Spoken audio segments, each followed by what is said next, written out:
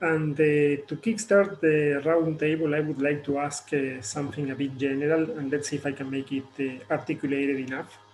So I think that both yesterday and today, we saw some works like the work of Nicola with Basque and Spanish speakers, or the work of Lori with accents, that show that people, when they come to the lab, they might already have very strong priors that are the result of a lifelong of experience. And yet they sit down in the lab for a few, maybe less than 1 hour, and they learn something new. So they somehow we are shifting those priors. So they are, and then as Maria showed yesterday, this can have effects that you can even see several days later, which makes us responsible somehow for what remains on the brain of the participants. But yet, the experience of the lab doesn't throw to the trash the lifelong experience that built that prior that the participant has when they arrive to the lab.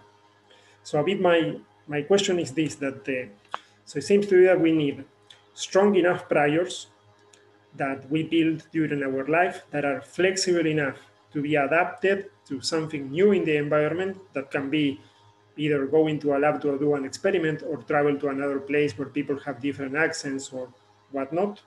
So the prior has to adjust, incorporating this new information, but yet it has to be stable enough to stay there. So when we go back home from our trip, we didn't lose our ability to understand the accent in our home country, let's say, for example.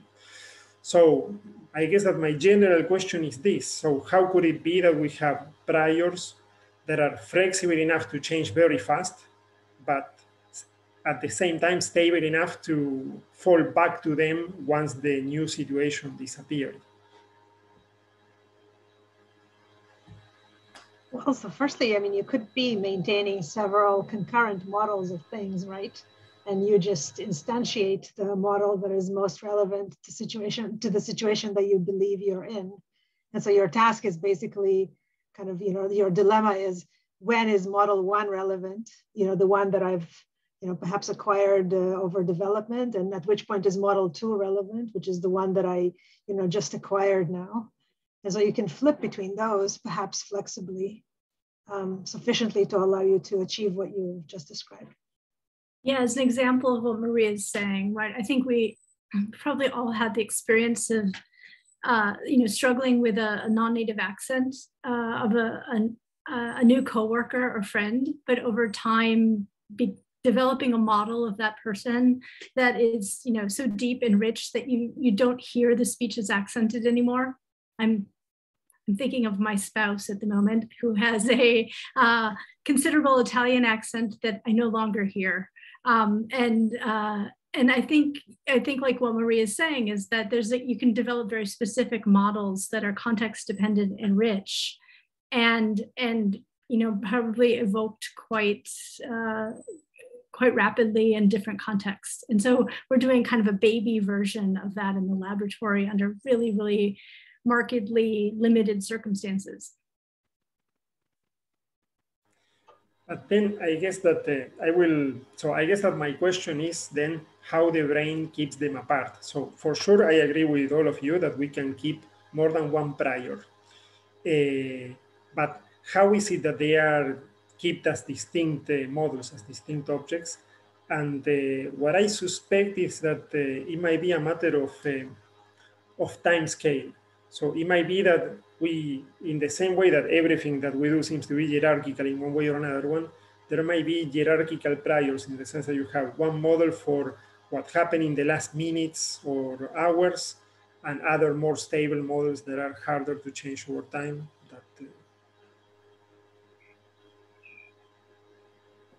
So I guess that the question is, okay, we have more than one priors, but how is it that we keep them as different models? And how do we switch? Maybe there's no work on this yet. I can share something that influences me when I think about it. And not to draw complete analogies to these different fields, but when you look at sensory motor learning, right, and you get, we can look at some of the effects, like the ones I showed, as a kind of an adaptation effect where you're adjusting to short-term input. If you have monkeys in a laboratory adjust their cursor movements over time and learn to adapt to sensory motor irregularity. They build up a model of what's going on in that context. And you can bring those monkeys back to the chair in which they did this 1 year later, having had no further experience with this, and they still show this adaptation, right? So there's some evidence that they built a model, a prior, if you will, and they're able to access that on a context-dependent basis, even substantially later.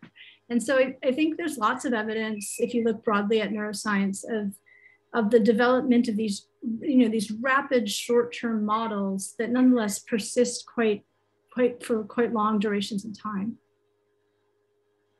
Thank you. I think that we have a comment from Claire Press in the audience. Hi, yeah, actually my point was quite similar to Laurie's, but it was a different literature. But so with Tony Dickinson and Charnock's work in the 80s, suggested that rats, the first time they encountered a particular event, they would learn context-independent associations, but then if they learned something that ever conflicted with that, that wouldn't ever diminish the thing they learned first. They would learn lots of layers of context-dependent associations that fall on top. So in terms of how you keep them separate, maybe that's how you do it. So, but where it was quite an important part of their work that you never overwrite. So extinction is very slow if it ever happens, was their conclusion.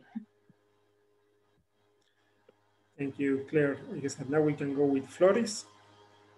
And so as a sort of complementary perspective, I was also thinking that the different timescales of learning may also play a part here. So there is, for example, some priors that seem to be learned really on an evolutionary timescale. For example, the overrepresentation of some orientations over others. So that is, or the life from above prior. Now, there is some evidence suggesting that those are priors that you really cannot unlearn, given that they might sort of even be baked in to the neurophysiology. So it's a neuroarchitecture.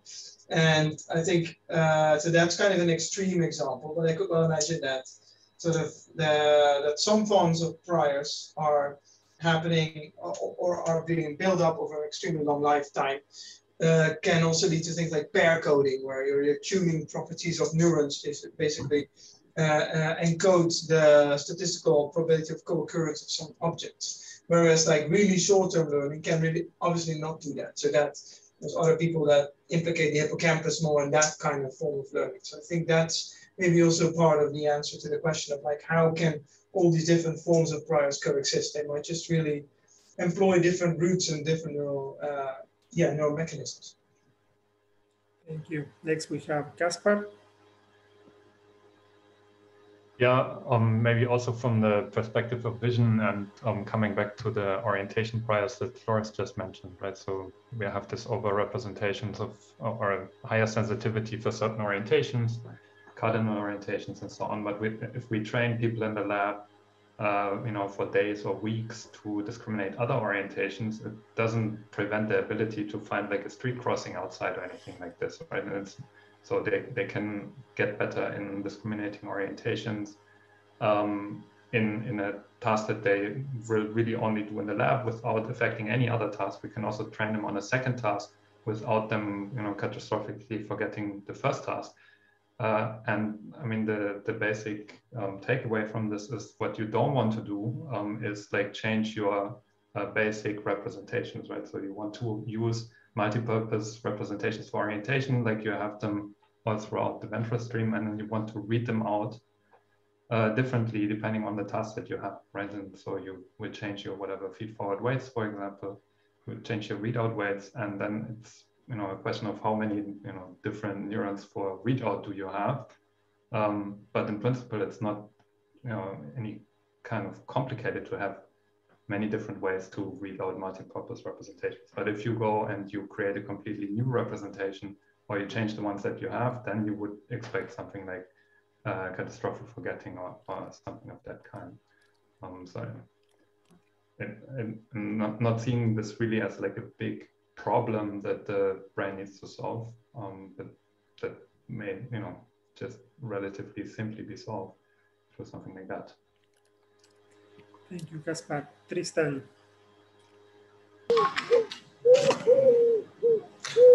Yeah, I mean, I really think this is sort of taking a level of, you know, a really good level of discussion at the theoretical aspect of, the predictive coding and eventually priors related to statistical learning. But to try to sort of enrich the question of the priors that can be sort of, defined at different levels of, timescales. There was a very long discussion a few years back in a memory conference about priors in different learning and memory timescales, right? This is relatively well matched. Biology and human neuroscience, human cognitive science has taken that quite close to heart, where you can really define the different stages of memory classically, from short-term memory and and medium-term memory and long-term memory and the consolidation phases, etc. And in the classic learning and memory, the discussion about what a prior was extremely different. These sort of short-term priors at the perceptual level, or priors that bias associative learning that goes through days, like in the rats. So it was very interesting because there was very little agreement on what they meant by priors in the different timescales of the memory in that particular conference. And unfortunately, there was no agreement. There were a lot of discussion about priors that are basically weights in the synapses, very fast ones.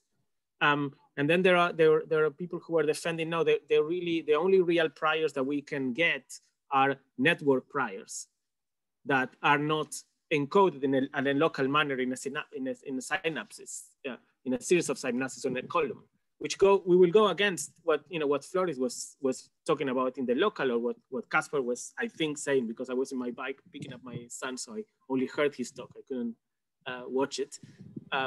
So I think there's also a classic matter. I know this is a very sort of obvious point, but it's a matter of definition of what a prior is in terms of the time scale, right? So if we define what we mean by priors, I think it's easier to discuss what we're talking about exactly. I mean, I rather think that there are synaptic changes in the weights, very fast and very slow, but they're always in the network. It could be local, it could be wider. And I think that neuroscientific sort of evidence could help us in define what we mean by priors, even if they're cognitive priors and we don't want to make inference about the neuroscience. I think prior is a computational notion, right? So it's like a Boolean AND or OR. You can't say like, what is the implementation of a Boolean AND? You can implement it in many different ways and with many different time scales. So I don't know if it really would even make sense to say like, well, we have to define what we mean with a prior in terms of some kind of implementational feature. It's a computational property. Yeah, I guess we will sort of clash in MAR levels now. I don't think there's any computational definition, mathematical free of life, because we are testing humans or animals neuroscientifically or cognitive neuroscientifically. So yes, we have an implementation, a theoretical sort of aspect, but it's implemented in specifics. So we do need to define the general aspects, but we need to define whether things are transferable. So those conceptual aspects of the prior, are they transferable between different timescales? As per Yamil was sort of pushing us to discuss. Thank you. We have now a comment or question from the audience from Jorge Mercado Gutierrez.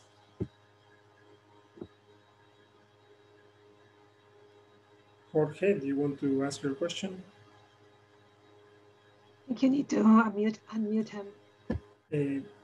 I don't know, because I allowed to ask. I cannot force him to unmute. Maybe he's not there anymore. Okay. Any other question regarding this particular topic? If not, I'm going to throw you another topic that I was thinking of. So I'm going to do that. At the very beginning of today, when Floris was presenting, there was this idea that the visual scene is stable and therefore the visual system can use this stability to make predictions. And Maria pointed out in the chat that this is not the case for the auditory sim, that the auditory sim is not stable because it's always changing. And this actually sparked a nice discussion in the chat about what does it mean that the visually stable and auditory is not, if it's again a matter of the time scale. So can we actually measure this in a meaningful way, given that we're talking of two different modalities? Can we tell that vision is more stable and auditory is less stable? Yeah, sorry, Flores, I was heckling during your talk. It was this one opportunity for auditory people to claim superiority over the vision people, and I was taking it. Yeah. Yeah, I saw it afterwards only, obviously, because I couldn't breathe and talk at the same time. But I think you got some nice pushback already to your argument, indeed, by Matt, for example, and by Matt Davis. So I don't know if he's still here. But indeed, like linear predictive coding is, I think, initially actually even invented for compressing auditory streams, right? So in that sense. But I think in general, it's true that there's more variability in the temporal domain for audition and more variability in, yeah, so that's true. So maybe the time scale is a bit different. But I think it might also depend on which feature you're talking about, right? I think that was also mentioned in the chat. So some features will be very invariant over time, even though sort of the sounds, yeah, the very basic sounds will change. But that is perhaps to some degree also true for vision, right? We make eye movements all the time. So at a level of V1, there's actually also very little stability over time even. So it's just, yeah, you make several saccades per second. So I think the stability is actually more inferred at later levels rather than present at the very early low levels of incoming perception. I think there's been a kind of a long-standing argument made by, I think it was Zoed and I forget his last name, Kevin from France. Anyway, pardon? Kavanaugh? Yeah, yeah. No, not Kavanaugh. No, never mind. Kevin Reagan, you mean? Kevin Reagan, yes, of course. Yeah. That's the visual world is static. You don't need to commit anything to memory because it's just there and you can look at it at will. And it's sort of true, right? I mean, like my visual field in the last 10 minutes has not changed a lot, except the squares sometimes move around a bit on the screen. But the statistics of the auditory information that we have exchanged has varied considerably. So I had to fundamentally encode it in and commit it to memory to be able to kind of understand what is happening. Whereas in vision, I just can rely on, to a large extent, on what's happening in the world. So this prior of constancy kind of makes sense for vision. I don't know if it would make sense for other modalities in the same way.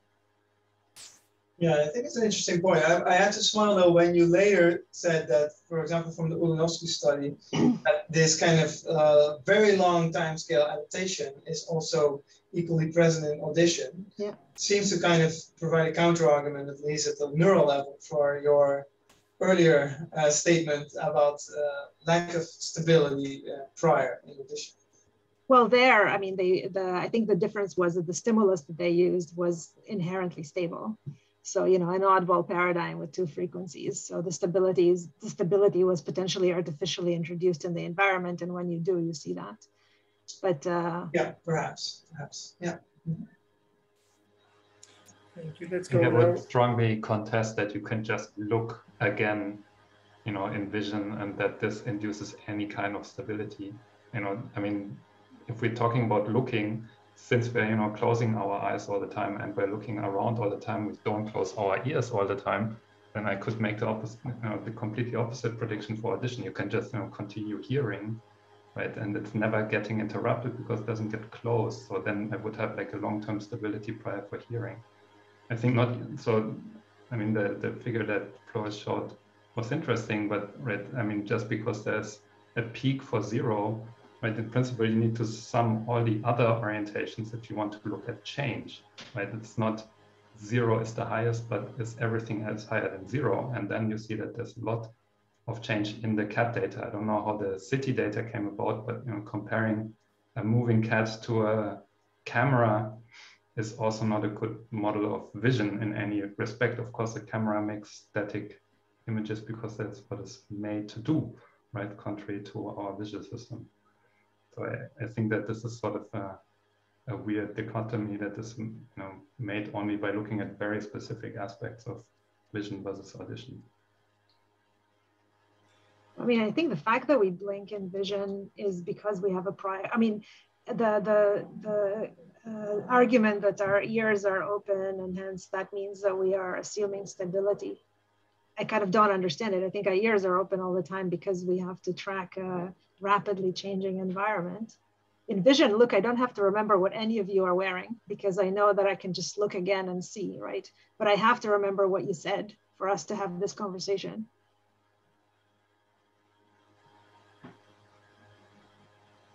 Yeah, so I mean, the question is, what does looking again, does this induce any kind of stability, right? Like only if you have a mechanism to actually keep track of things that are still there. Otherwise, every time you look around or you close your eyes, everything gets changed, right? Like already on the retinal level. So if you're abstracting from the fact that we are thinking on the level of objects and we are, you know, recognizing things in a categorical way, which are inherently stable, right? This is a solution to the change that we're experiencing on a low level, right? So of course, if we are only thinking about that high level, sure, then everything is stable, but that is solution to a problem, right? That is not how vision works. Well, but that's the problem that vision has to solve, right? I think the point, it was exactly this, that the world is stable. It's not that V1 is stable, right? I mean, that obviously the activity patterns of V1 are far from stable, but they get more stable as you transcend to ever more complicated areas. And that is because the visual system actually solves for, or it's trying to estimate the world, right? It's not, so it doesn't really care about instability in retinal signals or anything like that. So the world is stable, and that is kind of a source of information that the brain can employ.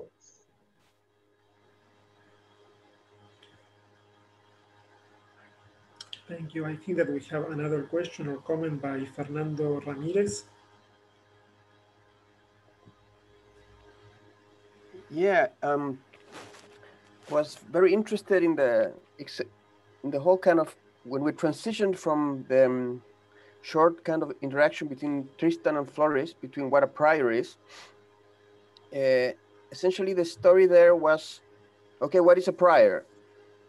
And it's not really clear what a prior is, unless it's from a kind of mathematical perspective where it's like not residing in any biological organism. So a prior is, you know, it's a prior. It's a piece of information that changes the piece of information that comes later. Then that can be implemented in a whole variety of ways. And that now, just put that little thing in a box, and now we come to the next discussion. What is stability? Well, then comes this interesting question of kind of trying to distinguish the constraints of each of these two modalities, audition and vision. And then the question was, well, what is stability? How can we define it? And the intuition that we have that the visual world is stable, it's an intuition we have not because it is stable, like Floris pointed out, is we're moving our eyes all the time, lighting conditions are changing, there are lighting levels changing, so there's a huge amount of variability we are not aware of. Now in audition, if there is a ventilator running behind in my office, I will sort of immediately notice when it stops. So where am I going with this sort of metaphors? I'm going to the point that it is very hard, like, to specify what we're talking about when we speak of stability, unless we give some kind of measure.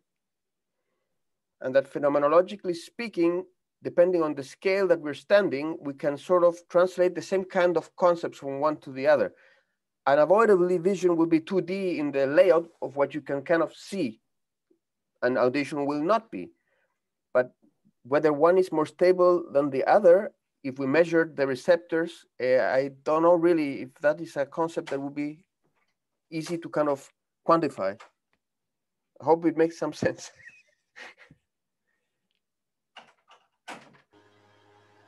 I think it makes complete sense. Yeah, I think so. Related to the prior, I completely agree with you. I think there's multiple realizability of a prior, so it's a mathematical construct and from base field. With respect to the other one, stability, I think you have to define it, but I don't know if that's where the controversy lies. I guess we all sort of understand stability as autocorrelation in the signal, but then I guess we are still maybe struggling or haggling a bit about what signal, right? Autocorrelation of the perceptual interpretation or autocorrelation of at the input stage. I think that was maybe but the fact that that stability refers to autocorrelation over time, I think that would seem to me relatively uncontroversial. That's just my 2 cents here. Thank you. And now, given that we are already sort of running out of time, I will ask the implicit question of this event, which probably is the hardest question that I can ask you, because it also popped up in the chat, which is, what do you think is the relationship between studying predictive processes and studying statistical learning? So what is the overlap between these two? And I said that it was going to be the hardest question that I could ask. Right, the question for you is, why do you think it's hard? Because everyone is silent.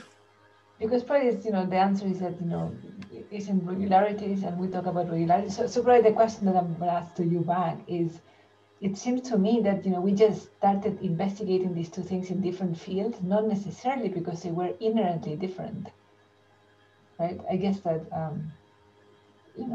sometimes, even in the field of predictive coding, people are not looking at memory as much as we should be looking at memory. Does it mean that, the hippocampus doesn't play any role? Now we're kind of like getting there, but the guys that, used to do,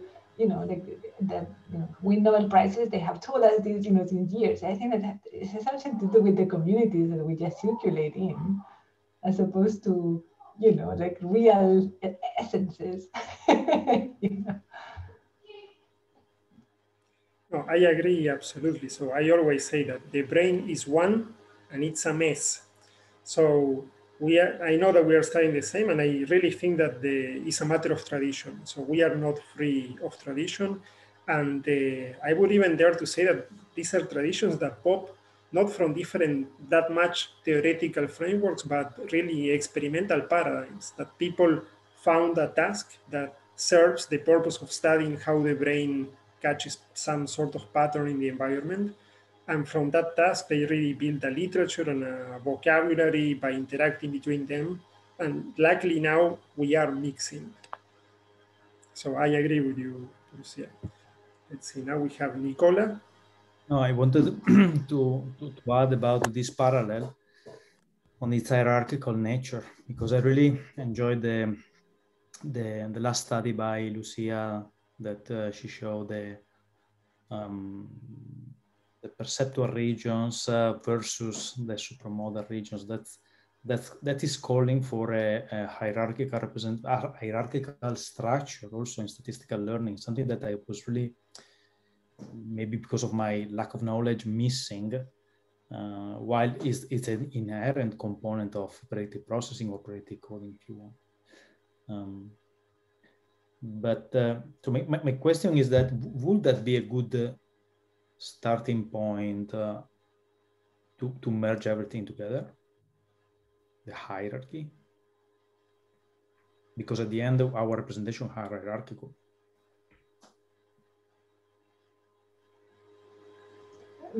Just for clarification, Nicola, are you asking whether there is like whether all of those representations converge to an area where they are mixed? Like, are you asking like from the computational point of view of Flores, like, are we thinking of multiple priors that are hosted in different areas, or like an area that actually hosts all of those priors, multiply them, and then applies them over sensory input? Is that what you have? No, I was more thinking if there is a research trying to play with statistical regularities or statistical learning at different levels. Like, I like the talk of Tristan was really in line with this, no? but then I was curious about if because from I always have a mix. It seems to me that the brain is one. Okay, but if you say that the brain is one, you're not telling me anything, no? You have to tell me how it's working, and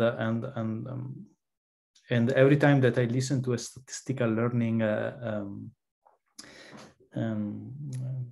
approach, I'm trying to figure out.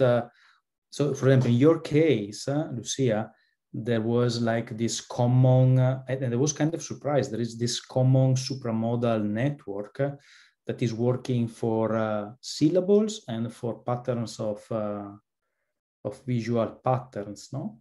Sorry, for visual patterns. And I was kind of surprised because at the end, I grew up with this idea that there are the language regions, there are the, mathematical cognition regions.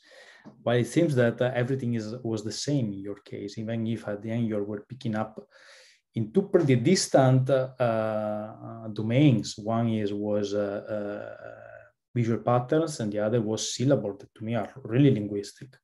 So really kind of linguistic. But at the end, the structure, the supramodal structure was almost the same. I mean, Tristan and Davide had their hands raised, so you can, if you, I'm happy to comment on that, but if you guys, yeah. Davide was raising his virtual hand first. You want to go there? It's particularly quick now, as you can see. I also have a little bit of an additional weight. No, I just wanted to pick up a little bit on a note that somebody said, probably Yamil, about this idea that we are using different terms maybe because of different paradigms. And I very much agree. It's a very nice anecdote that recently we have a paper where we try to talk about statistical learning, but in fact, we're not talking about transitional probabilities. We're talking about the mere frequency of items within the experiment. And the reviewer was complaining about the fact that we're using the term statistical learning exactly on the basis of the fact that it wasn't about transitional probability. So she or he was sort of equating the fact that because you're not using the paradigm that people have been calling statistical learning for years, that you're not allowed to talk about statistical learning, disregarding I can emphasize that. I have had the same reviewer apparently. Yeah, probably it's the same. Me too. It's the same. I'm embarrassed now because maybe it's some one of us, but anyway, I think that's very representative of the sort of approach that we have. My own opinion is becoming stronger and stronger in the sense that I think this sort of shortcut that we've been using, statistical learning, predictive coding, or whatever else, they were very useful. They have been very useful. They've done great service to the field. But now we are at the point that they don't mean much anymore, to the point that we are here debating whether they are the same thing or not, right? So I think that what we should try to do is get a little bit beyond that, become a little bit more mechanistic, and try to have actual mathematical models of how the mind or the brain works, so that we can stop talking about the sort of shortcuts that are very representative, are very intuitive, are easy to grasp. And in this sense, I think they've been doing a great service to the field. But now it's time to a little bit more and try to have a little bit of more mechanistic explanation, so that we start putting a little bit more meat onto these ideas that we've been using. And I think that a very good spur in that direction might come from animal studies, from the very banal reason that they can go down deep at the spatial resolution where the computation is really happening. And that might help a little bit, putting a little bit more quantitative predictions on and quantitative explanations of what we are doing. Thank you. Tris, you have a comment. Do you want to make it? Yeah, I mean, it's good because Davide sort of did a preemptive attack on some of the things. And now I'm going back to meet with Flores at the theoretical mathematical implementation level. We have two frameworks. One framework is statistical learning, or statistical, roughly statistical learning without talking about the particular reviewer. And the other one is predictive coding or predictive processes, right? And an obvious thing that I think you even mentioned in the chat is that, the statistical learning we create priors. Those priors can be implemented mathematically in different sections of the predictive, prediction error. You can implement mathematically those things as priors. So there's an extremely obvious way of linking the things. However, there is a good thing about that. There's a peril about these two frameworks, is that they are completely accommodating, extremely wide. So they don't clash theoretically in a very simple manner, because they're extremely accommodating. Maybe this is even like a meta theory discussion, but I think that at the practical level, like Davide was saying, and trying to sort of meet with Floris at the implementation level, this can be done easily, mathematically. You can do it behaviorally at the neuronal level, at the theoretical level, and then implement it in EEG, fMRI, in different levels. But at the meta science level, I think these frameworks are a bit loose. I'll stop there. Thank you. Floris, do you want to reply? Yeah, sure. Yeah, no, I'm a bit surprised actually with some of the comments now. I agree with some of the things that are being said, but I definitely think we should indeed aim for more mechanistic research, and that there's a lot unknown, etc. But I think there is still like a big difference actually between the concept of statistical learning and predictive processing. Statistical learning has a very specific meaning. It means, at least in my book, learning regularities in the world, right? And as such, it's distinct maybe from other forms of learning, or maybe episodic or one-shot learning. So it means something rather specific.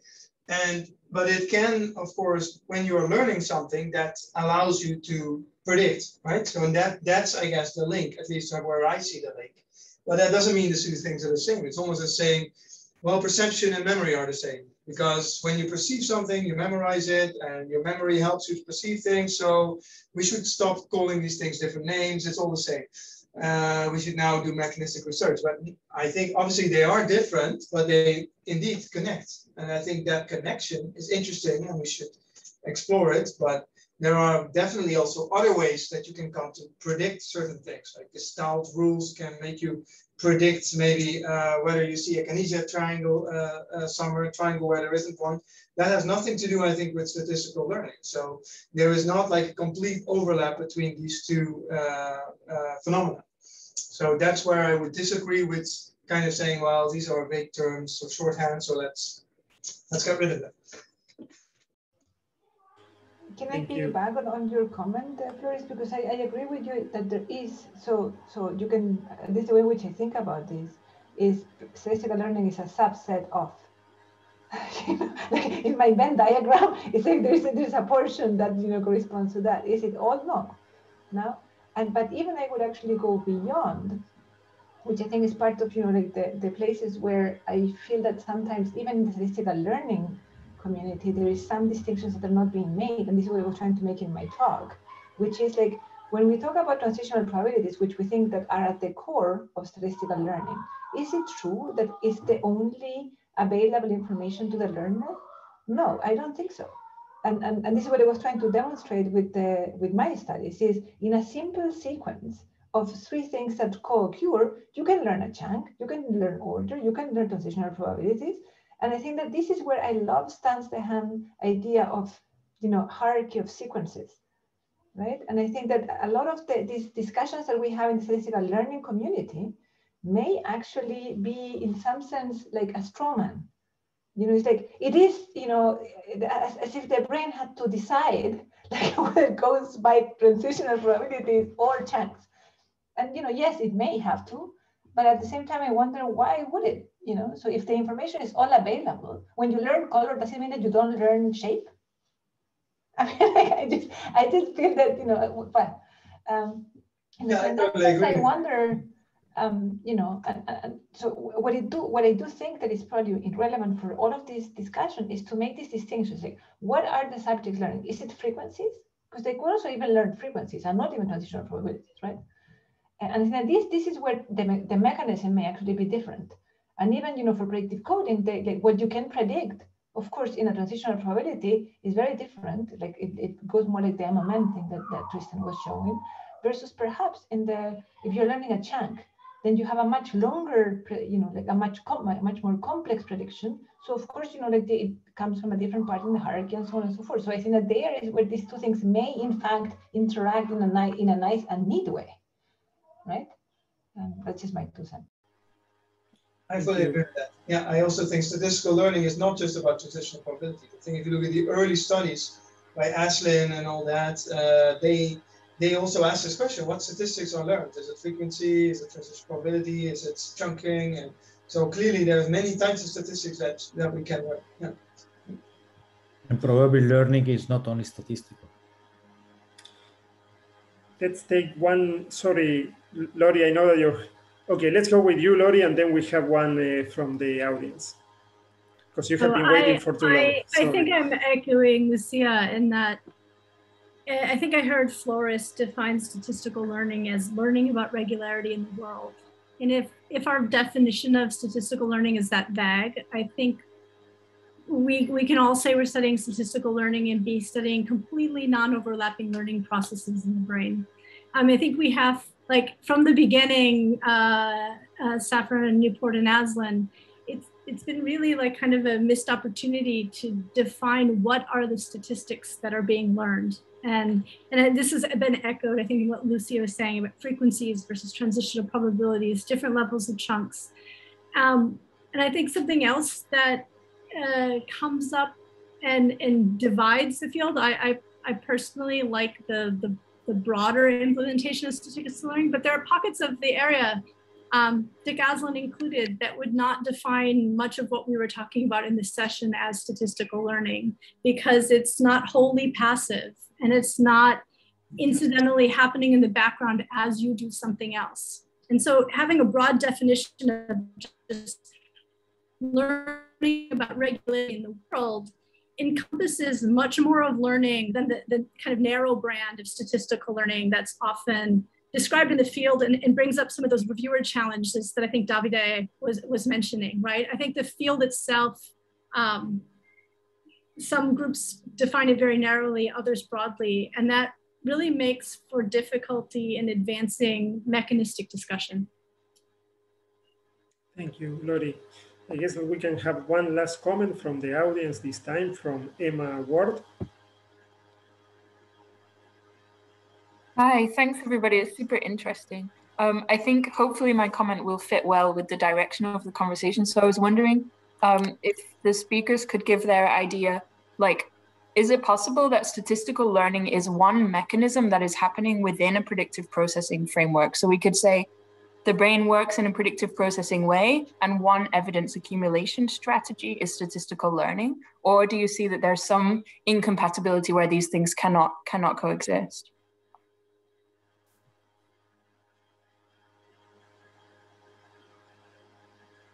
Who wants to jump?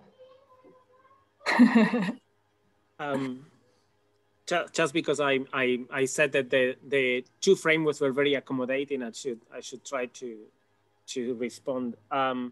It's very easy to implement aspects of a statistical learning in predictive coding, as a wide framework.